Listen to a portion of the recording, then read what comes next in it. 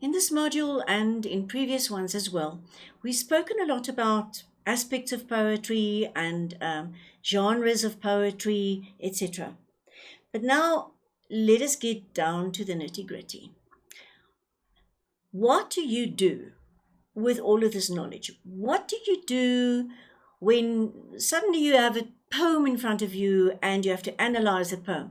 How do you go about getting some meaning out of it, or getting to a theme, or understanding it in any way?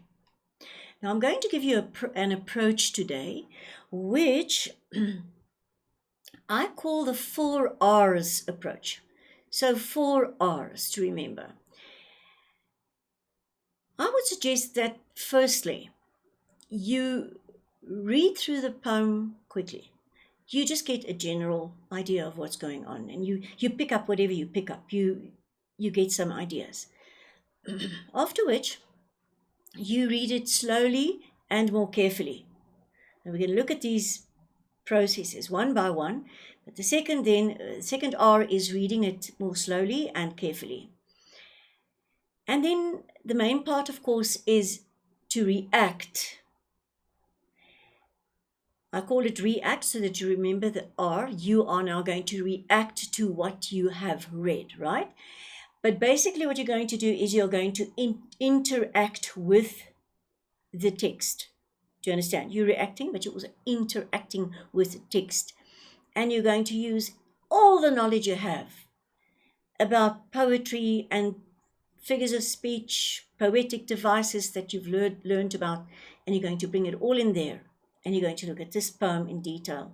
And you're going to underline and so forth. So the third is to react with all your knowledge that you have in store about poetry. And then finally, there is reflect. In other words, what you have now put together, you're going to reflect about. And you're going to get to, ultimately, to a theme and a message. Okay? So, let's look at step number 1. You are going to firstly read the 1R and then read again. So, while you're reading, I would suggest have a pen or something or a pencil in hand and underline or highlight, however you'd like to do it, anything that you think might have bearing on the meaning. Remember, this is just a first look. Nothing is certain yet, because whatever you think now might change later, right? So anything that you think might lead you to some kind of understanding. Anything that jumps out at you, underline it so that you can go and think about it and work through it, right?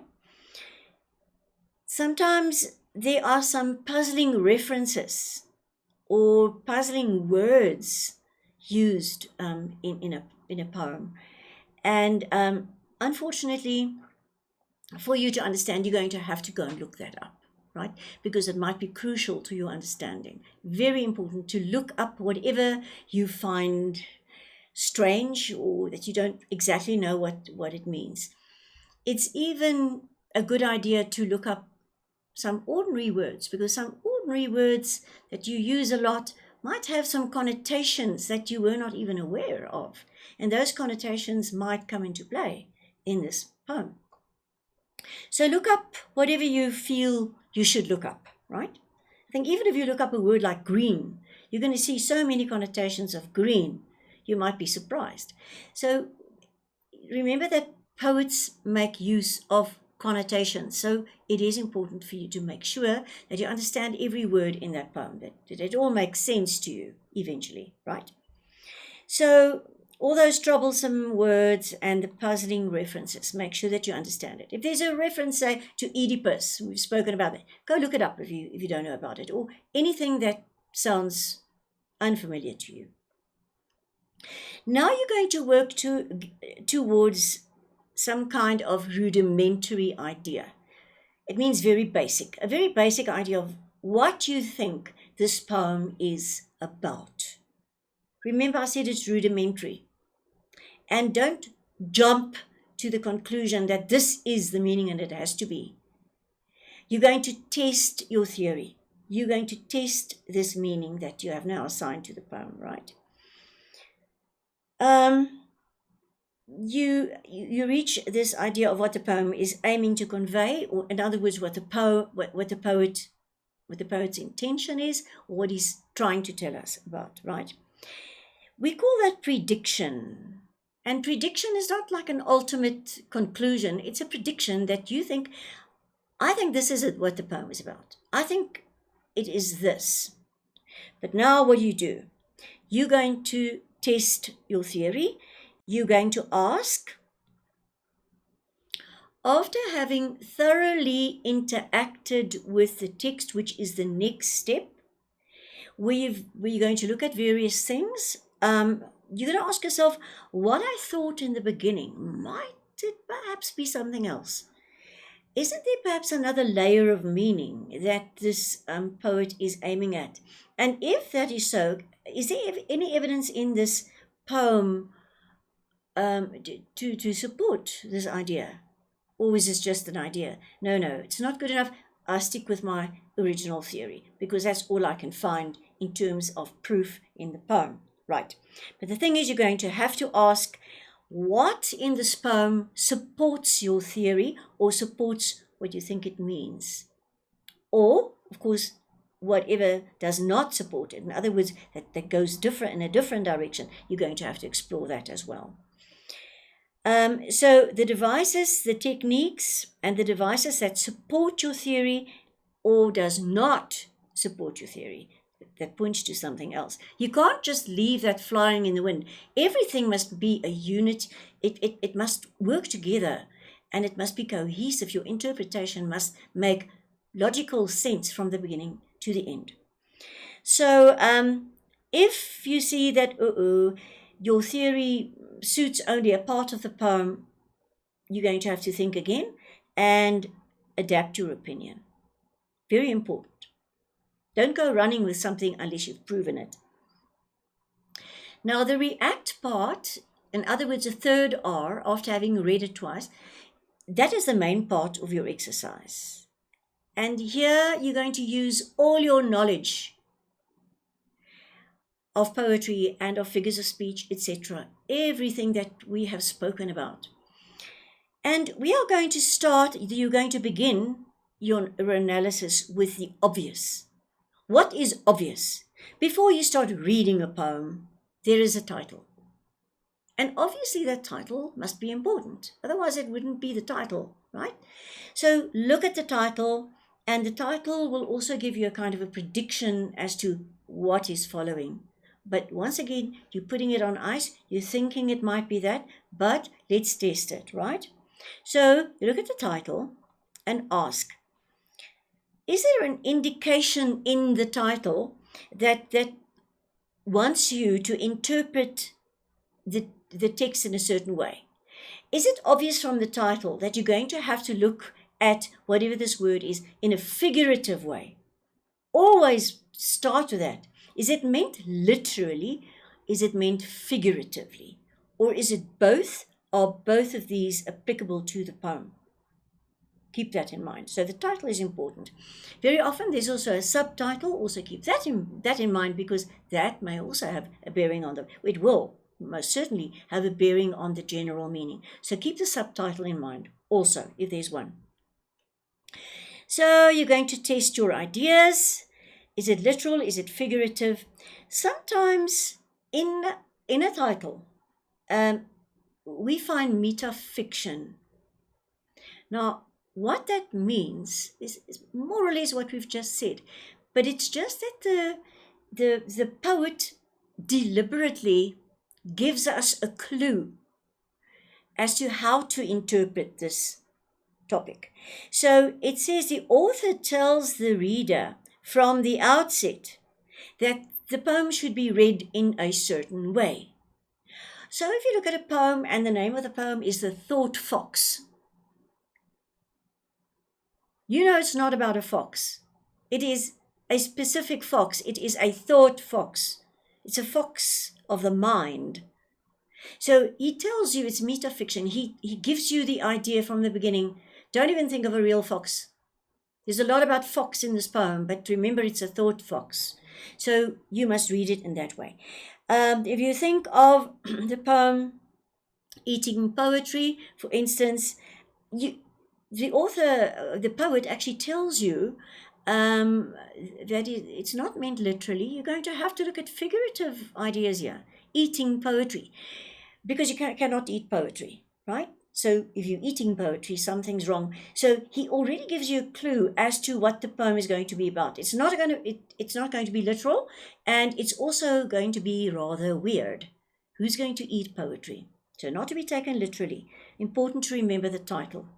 You're going to look at the next very obvious thing, and that's topography. This is what I mean by topography. This is an extreme case of topographical poems. What we see there is an extreme case of what I mean by topography. It is what the poem looks like on paper, physically. The blank spaces, the lines going in, out, indented, going up, or doing whatever. In this case, look, this resembles a nightcap, right? The glass, that of course resembles something religious, be it it's an altar, or one can even perhaps read a cross into that, but you can immediately see there's something religious going on in that one. And the poem is actually written that way. This poem is written that way. There are words and words. The lines are like that. But it physically represents the thing that it is describing. That is called a pattern poetry. It's also called a figure poem, which you can see it's a figure poem. Also shaped verse, or carmen figuratum, right? It means that the topography or the lines are arranged in an unusual configuration. The lines are strangely put together, right? That is called pattern poetry. But remember, that is a specific kind of poetry. But you can easily see there what I mean by topography, what a poem looks like on paper. Here's a white part, and here's a white part, blank part, and then the shape of the actual glass, right? Now, you are still reacting. Remember, I said this is the main part of your analysis. You are reacting. You looked at the obvious. I saw the topography. I saw the title. I looked at that. Oh, now I need to go further. I'm going to ask myself, what else is important in this poem? It's not the same for some of these things weigh more than others in this poem or that poem. It depends. But these are the things you need to go and examine. Is there any indication of genre? Are there any clues in the title or in the poem that the poem should be read, for instance, as a song? Is the name of the poem, for instance, September Song? There is such a poem. It must be read as a song. So you're going to expect something lyrical. Is it perhaps an elegy? Elegy for Jane. Obviously, it's an elegy. It's about somebody who died, and and you're going to look at all the aspects of the elegy. You're going to apply it there, right? Is it, for instance, an ode? Is the name of the poem an ode to a nightingale? Then you know it's an ode. Then you expect aspects of the ode to be covered in the poem. So there is that kind of expectation which is going to color your vision of the poem. Then you're going to also take a look at structure. Can you see that structure is not quite topography? It's not quite the same thing. You will be asked, for instance, topography. What is the effect of the blank part between, say, the octave and the sestet? What is he trying to achieve by that? That's topography. We're talking about structure. That means, how is the poem put together? 6 tercets, an octave and a sestet. Is it just free verse in 10 lines? What? Is it all enjambed? What is it? So look at the structure. Are there any structural clues as to what the poem is about, right? If there's a lot of enjambment and the lines go like that, you can perhaps imagine that the poem might be about a snake or about something that runs along like a mountain stream or whatever. Something might be suggested in the flow of the poem.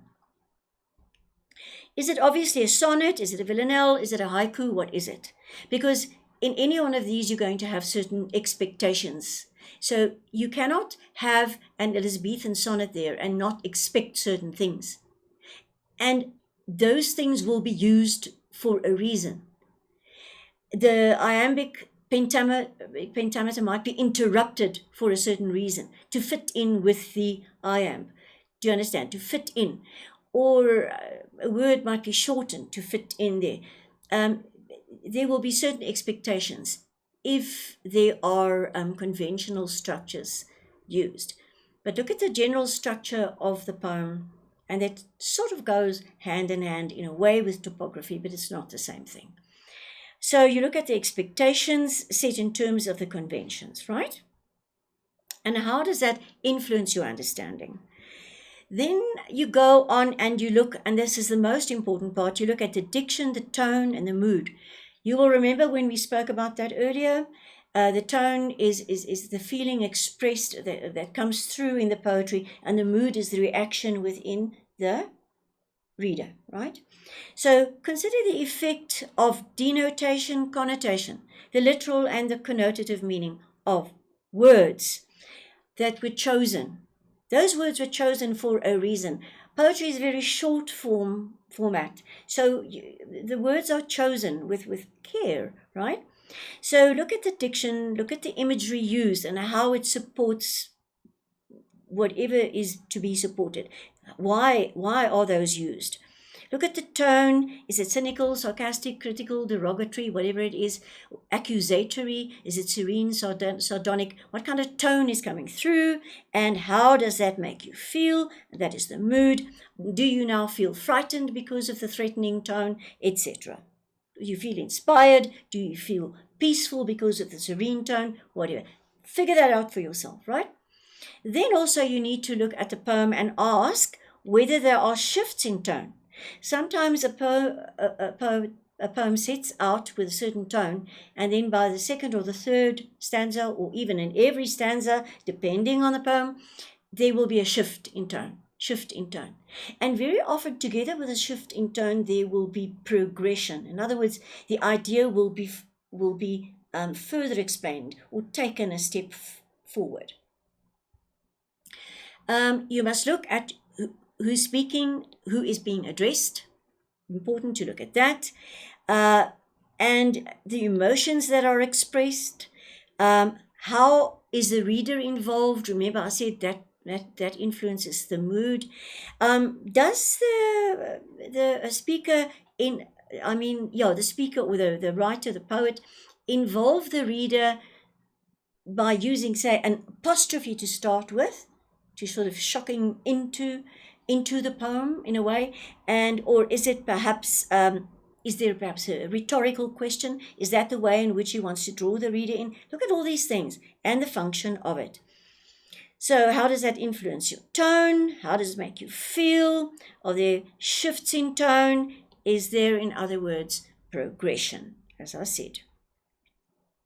Then, of course, another thing that might be very applicable to a poem and not to every poem is the historical moment. And what we mean by that, it's not only the time when this poem was written, but also the time and the times of the actual poet, the environment, the setting that he finds himself in. We have spoken about that in the previous section. Where this poem comes from, the time and the place. How does the setting, the time and the place, remember setting is time and place, inform your understanding of the poem? Is this relevant at all? Sometimes it's very relevant. Like, for instance, in Gerard Manley Hopkins, very relevant. His idea of religion, very relevant. But sometimes not relevant at all, right? The poem is just a poem. You don't need to know that it comes from the Victorian age or the Romantic age or that it's feminist writing or whatever it is. It's just a poem, right? So poetics it has to do about the theory of poetry. If it's specifically Wordsworth, for instance, he had the specific theory about what poetry is supposed to be. Hopkins had his own idea of what poetry is supposed to be and is supposed to say. It's a long story, but that's poetics. Is that playing a role in the poem? You're going to have to try and figure it out through the research. Does it come from the Romantic age? Is it feminist writing? Is it postmodernist art? Postmodernist simply means that, it's after the Second World War. People in art and architecture and in writing, people just said, this must never be the same again. Everything must be transparent. And you saw in architecture the lots of windows and all open, no curtains. The idea of transparency, this kind of thing must never happen to us again. And we are also not certain of anything, a refusal to accept clear-cut certainties. And there's also the foregrounding of the self, for instance. Does it come from there? And how does it affect the poem? So now, finally, we are still reacting, and we are now going to establish meaning. We have now looked at all the aspects, and everything falls in place, like a puzzle.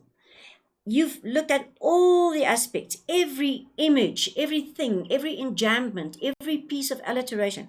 And now you establish how the diction, the figurative language, the devices, sound devices, stylistic devices, poetic conventions, background information, how all of that work together to give you the meaning of the poem. Once you've established that, you reach the final R stage, which is the reflect stage, and you now respond to this poem. You ask yourself, does this poem remind me of something else? Have I read another poem from the same author? So you can do what we've spoken about, text to self, text to text, text to the world, comparisons, to see how this little poem fits into the bigger picture and into my bigger picture, my inner picture. Furthermore, you ask whether you like the poem, and then if you ask whether you like the poem, you just ask why. You say, I don't like it, these are the reasons. Not because I don't like this or that. You must think a bit further than that, but you must be able to give reasons why you don't like or why you like a poem. And you might not like a poem, but you might think it's well written. Do you think it's well written? Yes, wonderful work here done with typography, lovely images used and everything. It's well written, I can see it, but I don't like the subject matter. It speaks about abortion, and I don't like abortion. You see what I'm saying? Whether you like it's personal, but whether it's well written, you must be able to verify from the text. Then you ask yourself, what is the message of the poem? And remember, the message is written in a sentence form. For instance, a message, what did I say? Different things, for instance, make different people happy. Right? That might be the message of the poem. It is an elaborate version, a more elaborate version of the actual theme, which is just happiness in the poem.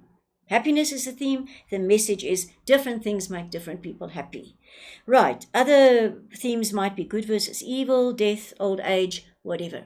Remember, and then the message will just be what especially about old age does the poem say. What especially about death does this poem reveal. You see, but the theme is the short one. So that, in a very quick nutshell, is what you do.